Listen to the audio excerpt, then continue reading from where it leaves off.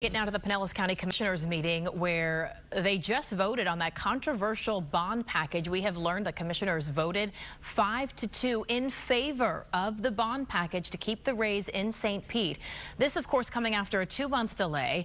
Commissioners finally approving more than $300 million to finance that new stadium. Let's get out to Fox 13's Evan Axelbank. He is live at the County Commission chambers for us this evening. So, Evan, this is big news.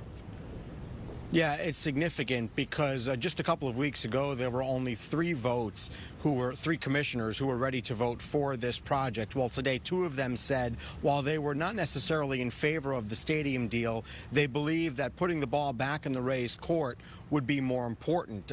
So right now we have a 5-2 vote, and that is an overwhelming show of support for the stadium deal in this case. The two swing votes indicated during this meeting that there were just too many reasons to go ahead with the funding for this and to now see if the Rays can pick up their part of the tab. And we do have a statement in from the Rays that I'll read from you very shortly here. But first of all, Commissioner Chris Latvala, who was a suspect of the original stadium deal, says that he voted for the bonds because he trusts MLB Commissioner Rob Manfred.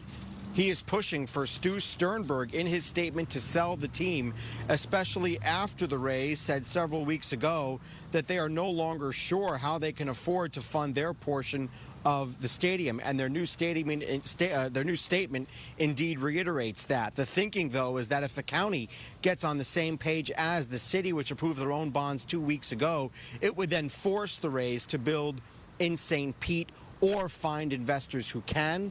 Latvala is also arguing through his own questions of county officials that the 2-month delay in approving the bonds because of the hurricanes that decimated the Pinellas shoreline, that should not be enough to force a crippling cost overrun, which the Rays have said they now face. While I do not trust the owner of the Rays, I trust Mr. Manfred. He is committed to this market. I view him as an ally when the owner of this franchise has, for some reason, decided to become an adversary. Rob Manfred is the reason I am voting yes on this today. MLB is aware of several instances where the Rays organization has intentionally tried to kill the very deal that they agreed to. I hope our vote today helps set the wheels in motion for a new owner and a new era of Tampa Bay Rays baseball. Now, the Rays have submitted a memo to the county that makes several new things public, and most importantly, they said they have fulfilled the requirements for a $100 million loan from Major League Baseball that could help finance the stadium.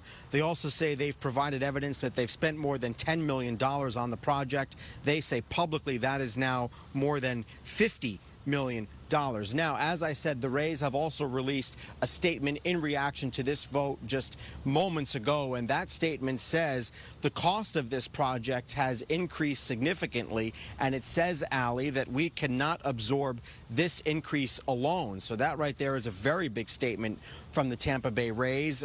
When the county and city wish to engage, the statement says, we remain ready to solve this funding gap together. So right there, the Rays are echoing their comments that even though the public has decided that they are going to support these bonds and finance the $600 million in bonds, the Rays are still saying that they are not going to be able to afford the cost overruns that they essentially agreed to. They are saying, indeed, that they're willing to get back to the table to negotiate with the city and county. It is unclear, frankly, what that means, how those negotiations would take place, and whether the Rays are willing to reopen up all of this, given that the city and county has just passed $600 million in bonds for them. So, Allie, not only is the vote an important development tonight, but also that statement from the Rays which is saying that they cannot absorb the funding increases alone. We'll see where this goes from here.